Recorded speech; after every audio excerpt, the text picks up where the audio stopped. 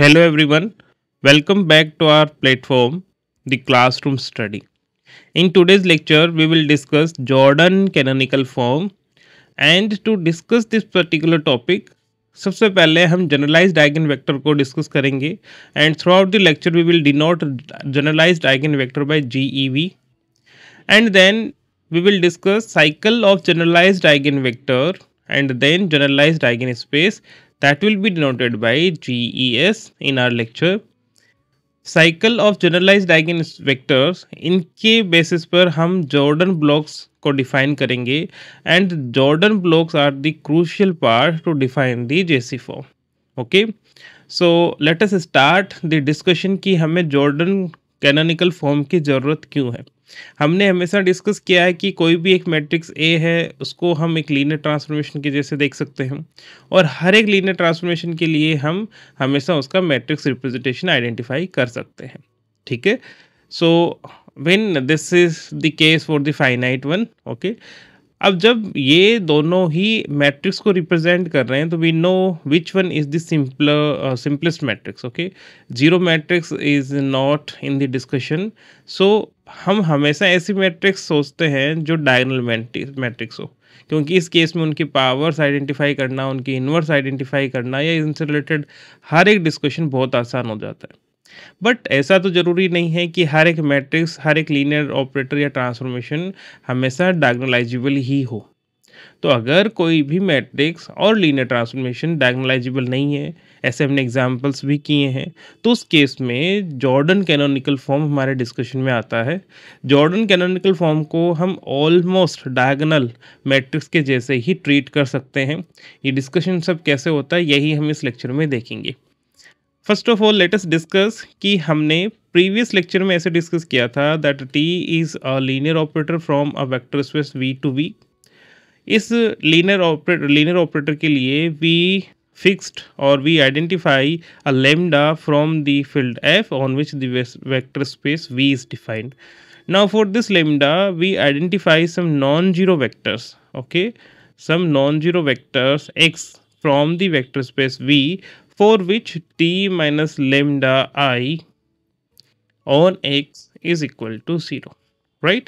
और इसको हमने कैसे डिनोट किया था, t of x is equal to lambda x. Okay, दोनों बातें सेम ही हैं. Then in that case we call this x is eigenvector.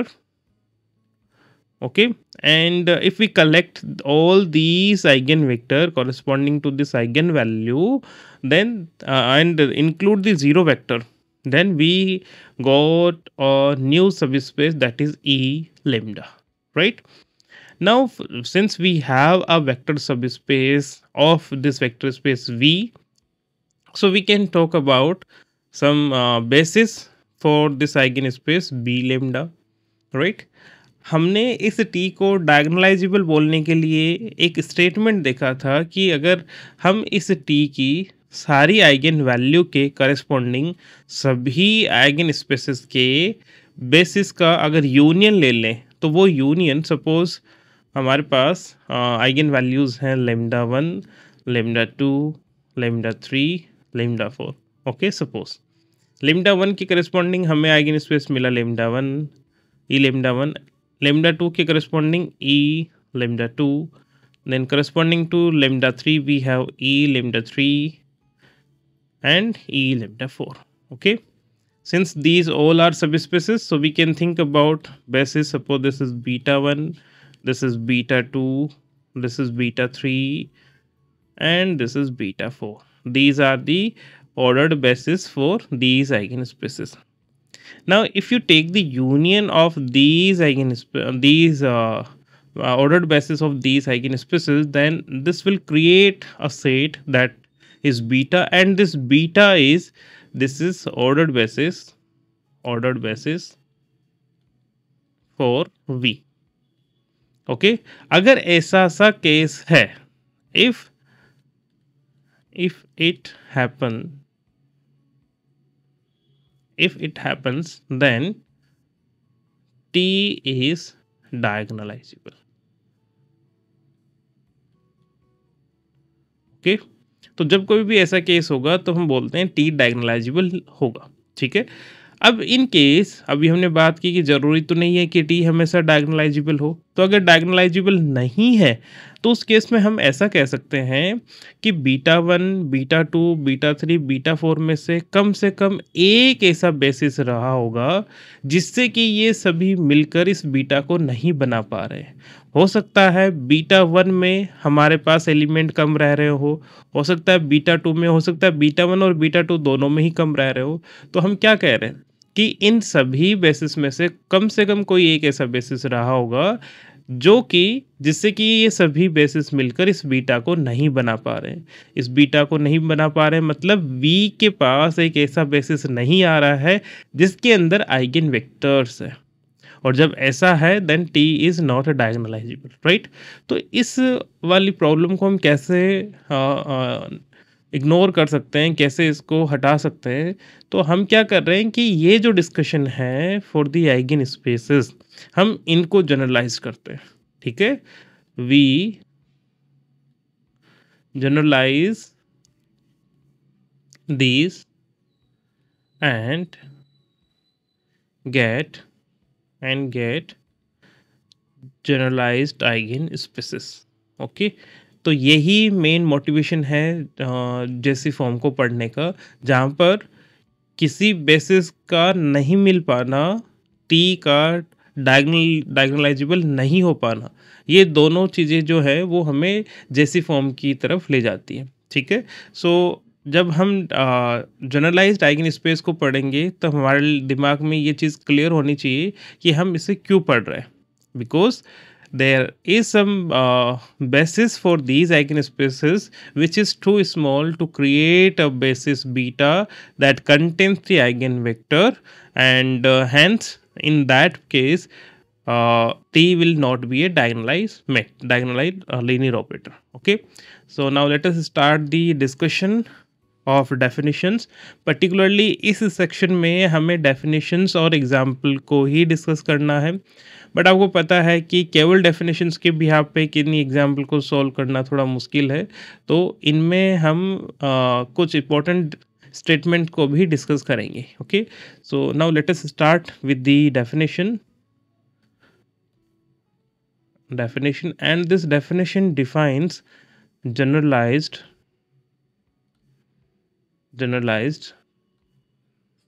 Eigen vectors, और हम इसको बोलेंगे GEV, ठीक है। So let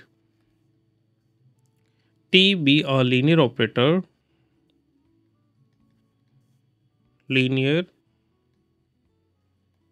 operator on a vector space V, and let lambda be a scalar। Okay, हमने भी नहीं कहा lambda be an eigen value, ठीक है। a non-zero vector x in V is called a generalized eigenvector of T corresponding to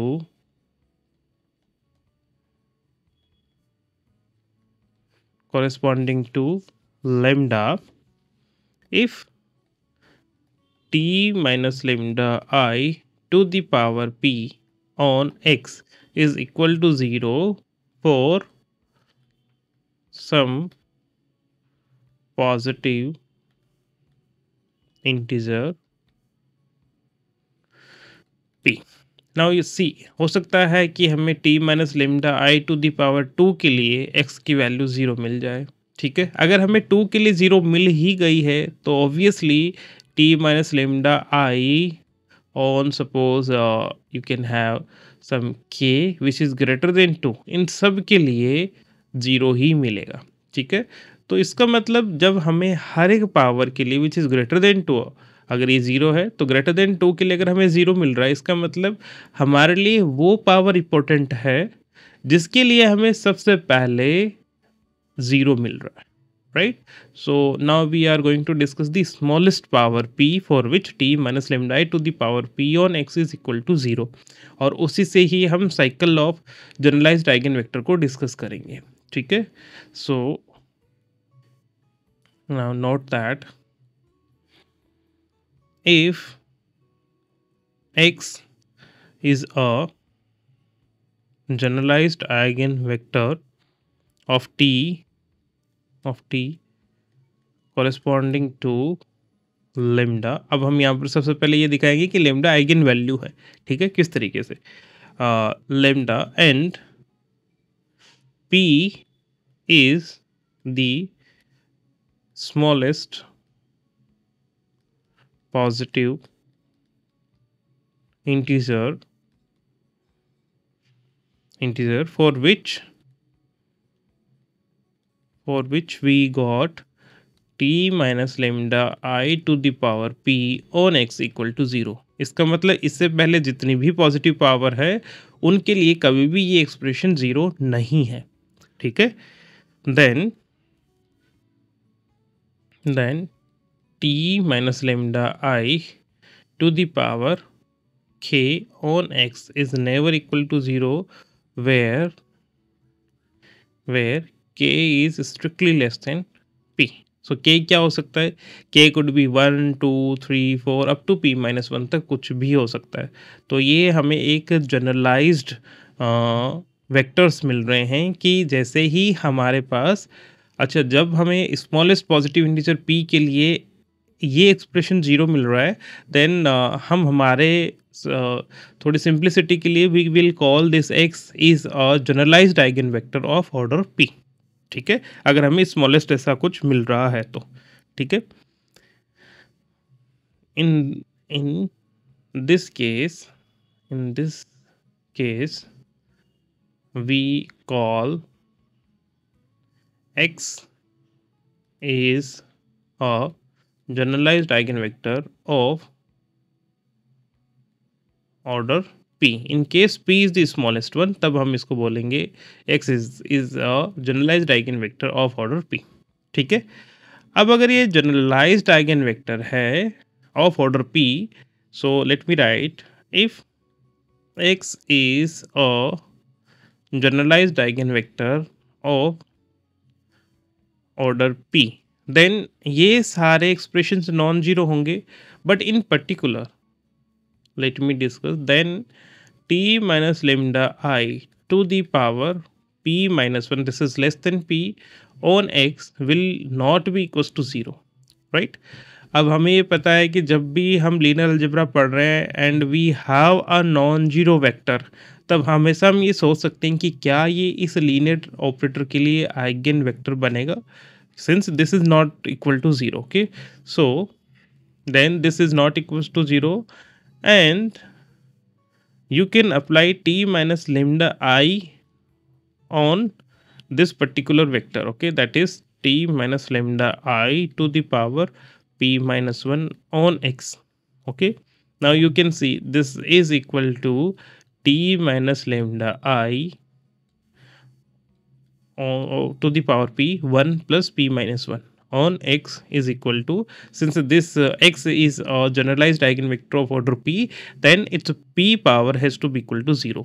So you can see अगर हमने t minus lambda आई को किसी एक वेक्टर पर अगर हमने अप्लाई किया है और वैल्यू 0 आ रही है, इसका मतलब ये वेक्टर एक आइगन वेक्टर है. Okay, hence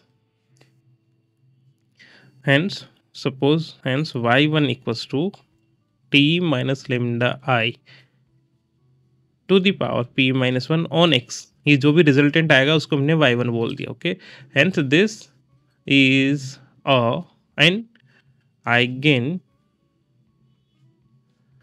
vector of t corresponding to lambda, and thus we can say lambda is an eigenvalue. Okay, शुरुआत में जब हमने डेफिनेशन डिफाइन की थी तब वहाँ पर हमने लेमडा को एक स्केलर ही सपोज किया था, बट अब हमें क्या कंक्लूड कर चुके हैं कि lambda is an eigenvalue. Okay. So अभी तक हमने क्या डिस्कस किया है, जनरलाइज्ड आइगन वेक्टर की डेफिनेशन डिस्कस की है, जिसके अंदर हमने उसके ऑर्डर को आइडेंटिफाई किया है। ठीक है। अब आपने एक बात देखी होगी कि जब हम कह रहे हैं कि p is the smallest one for which we are having zero, और इससे पहले कोई भी ज़ीरो नहीं है, और जब जब हमारे पास नॉन ज़ीरो वेक्टर्स है, तब तब हम इस तरीके के कंक्लूजन के बारे में सोच सकते हैं कि क्या वो आइगन वेक्टर बनेंगे क्या। अगर आइगन वेक्टर नहीं बन रहे हैं तो हम टी माइनस लेमडा को कितनी बार उस वेक्टर पर अप्लाई करें कि हमें ज़ीरो मिल जा रहा है। जैसे कि अगर हम y1 पर केवल एक बार ही टी माइनस लेमडा अप्लाई करें तो हमें ज़ीरो मिल रहा है। ऐसे ही जब हम T minus lambda I to the power P minus two पर अप्लाई करेंगे, तब पी माइनस टू पर दो बार जब हम अप्लाई करेंगे तब हमें ज़ीरो मिलेगा। तो इसका मतलब जैसे ही we have a generalised eigen vector of order p, then automatically we have the generalized eigenvector of order 1, of order 2 up to order p minus 1। सो ये जो डिस्कशन है वो इम्पोर्टेंट है। अभी जो हम आगे जो भी लिखने वाले हैं वो सभी हमें जॉर्डन ब्लॉक्स की तरफ लेकर जा रहा है, और जॉर्डन ब्लॉक्स का जॉर्डन कैनोनिकल फॉर्म में एक इम्पॉर्टेंट रोल है। ठीक है।